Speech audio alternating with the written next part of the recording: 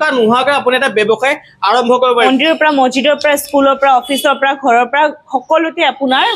ধূপকাঠিৰ ব্যৱহাৰ হয় মাৰ্কেটত ডিমান্ডটো বেছি হৈ গৈছে ধূপকাঠি 5% হলে 30% আপোনাৰ প্ৰফিট হ'বয়ে কেজি বেম্বু ষ্টিকেৰে আপুনি 4800 পিছ আপুনি বেম্বু ষ্টিক বনাব পাৰে ফ্ৰেগনেন্স হওক বা অইল হওক আপুনি যেনেকুৱা ফ্ৰেগনেন্স আপোনালোকে ল'ব বিচাৰে আমাৰ ইয়াতে আছে আপোনালোকে আহিলে হ'ল গোটেইখিনি আমাৰ ফালৰ পৰা প্ৰভাইড কৰা হ'ব নিটত আপোনাৰ 250 ষ্টিক্স ওলাব আৰু 8 ঘণ্টা মেচিন চলাই 200 কেজিৰ ওপৰত আপুনি প্ৰডাকশ্যন এইটো মেচিনৰ সহায় দি কৰিব পাৰিব আপুনি ঘৰতে থাকি এনেকুৱা ধৰণৰ ধূপকাঠি ব্যৱসায় কৰিব বিচাৰে যদিহে আপুনি ধূপকাঠি ব্যৱসায় এটা কৰিব বিচাৰে তেন্তে এই ভিডিঅ'টো একদম শেষলৈকে চাওক কাৰণ মই আহিছো আজি মা কামাখ্যা মেচিনেৰী আপোনালোকে এইবিলাক ধূপকাঠি বনাবলৈ এভৰিথিং মেচিন আপোনালোকে মা কামাখ্যা মেচিনৰ পৰা পাইছে এইখিনি এটা ইণ্টাৰেষ্টিং কথা কওঁ আপুনি আচৰিত হৈ যাব যে ইয়াত 1 টকা নোহোৱাকৈ আপুনি এটা ব্যৱসায় আৰম্ভ কৰিব পাৰিব কেনেকৈ কৰিব পাৰিব লগতে আজি কথা পাতিম এই বস্তুটোৰ বিষয়ে ধূপকাঠি বিষয়ে কথা পাতিম নমস্কাৰ নমস্কাৰ ওকে আপোনালোকৰ মা কামাখ্যা মেচিনেৰী একদম মানে 1 টকা নোহোৱাকৈ এটা ব্যৱসায় ষ্টাৰ্ট কৰাই দিয়া 1 টকা নোহোৱাকৈ আমি আপোনাৰ ব্যৱসায় আৰম্ভ কৰি দিব পাৰিম কিন্তু আপোনালোকৰ প্ৰচেছটো লোনৰ থ্ৰু দি কিনে হ'ব বেংকৰ পৰা আপোনালোকে লোনটো কৰাব লাগিব ওকে মানে আজি একদম বিশেষকৈ এটা কথা পাতিম ধূপকাঠিৰ বিষয়ে কাৰণ ধূপকাঠিটো আমি ইউজ কৰোঁ বা মন্দিৰ হওক বা য'তে য'তে মানে দোকান ঘৰ সকলোতে ইউজ কৰা হয় মন্দিৰৰ পৰা মছজিদৰ পৰা স্কুলৰ পৰা অফিচৰ পৰা ঘৰৰ পৰা সকলোতে আপোনাৰ ধূপকাঠিৰ ব্যৱহাৰ হয় আৰু এটা ক'ব গ'লে মাৰ্কেটত ডিমান্ডটো বেছি হৈ গৈছে ধূপকাঠিৰ ডিমান্ডটো সদায় বাঢ়ি থাকিব দিন যাই থাকিব যিমান দিন বাঢ়িব সিমানে ডিমান্ডটো বেছি বাঢ়ি যাব আচ্ছা এই ব্যৱসায়টো যদি আপুনি কৰে মানে প্ৰফিট মাৰ্জিন মানে বহুতখিনি আহি যাব হয় আপোনাৰ মান্থত 25% হলে 30% আপোনাৰ প্ৰফিট হ'বয়ে আচ্ছা এটা যদি কথা কওঁ এই ধূপকাঠিটো বনাবলৈ কিমান মান টকা ইউজ কৰা হয় যদি আপোনালোকে ভাবি আছে যে আপোনাৰ প্ৰিমিক্স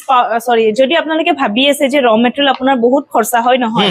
আপোনালোকে 1 কেজি ৰ প্ৰিমিক্স পাউডাৰ দি কেনে মানে যোনটো আপোনাৰ ধূপৰ ওপৰটো থাকে আচ্ছা প্ৰিমিক্স পাউডাৰ দি কেনে আপুনি 100 ৰ ওপৰত ষ্টিক্স বনাব পাৰে আৰু 1 কেজি আপোনাৰ যোনটো বেম্বু ষ্টিকটো থাকে বেম্বু ষ্টিক আপোনাৰ 130 ৰ পৰা 150 ৰ ভিতৰত আপুনি 1 কেজি ল'ব পাৰে আৰু আপোনাৰ সেই বেম্বু ষ্টিক দি কেনে আপুনি 1 কেজি বেম্বু ষ্টিক দি আপুনি 4800 পিছ আপুনি বেম্বু ষ্টিক বনাব পাৰে আৰু লগতে ফ্ৰেগনেন্সৰ কথা আহিলে ফ্ৰেগনেন্স হওক বা অইল হওক আপুনি যেনেকুৱা ফ্ৰেগনেন্স আপোনালোকে ল'ব বিচাৰে আমাৰ ইয়াতে আছে আপোনালোকে আহিলে হ'ল গোটেইখিনি আমাৰ ফালৰ পৰা প্ৰভাইড কৰা হ'ব আপুনি এই ধূপকাঠিটো যদি আপুনি ইয়াত বনায় তেতিয়াহ'লে আপোনালোকৰ প্ৰফিট বহুতখিনি আহিব আপুনি হোলচেলো কৰিব পাৰিব লগতে 10 টকা যদি আপুনি এই পেকেটটো কিনে তেন্তে আপুনি হোলচেলত কিমানত দিব পাৰিব নিজে এবাৰ ট্ৰাই কৰি চাই লওক কাৰণ এই বস্তুটো হৈছে আপোনালোকৰ ডিমান্ডিং বস্তু কাৰণ এই বস্তুটো আপুনি এতিয়াও চলিছে আগলৈকে ভৱিষ্যতলৈকে আপোনালোকে এই ধূপকাঠিটো চলি গৈ থাকিব আৰু প্ৰডাকশ্যন ধুনীয়াকৈ কথা ক'লা এইখিনি গেৰাণ্টি ৱাৰেণ্টি কেনেকুৱা কি দিব পাৰিব হয় প্ৰডাকশ্যন আপোনাৰ মিনিটত আপোনাৰ 250 ষ্টিক্স ওলাব আৰু যদি আপোনালোকে ভাবি চাওক যদি মিনিটত যদি আপোনাৰ 250 ষ্টিক্স ওলাই আছে তে দিনটোত আপোনাৰ কিমান প্ৰডাকশ্যন কৰিব পাৰিব 200 কেজিৰ ওপৰত আপুনি প্ৰডাকশ্যন কৰিব পাৰিব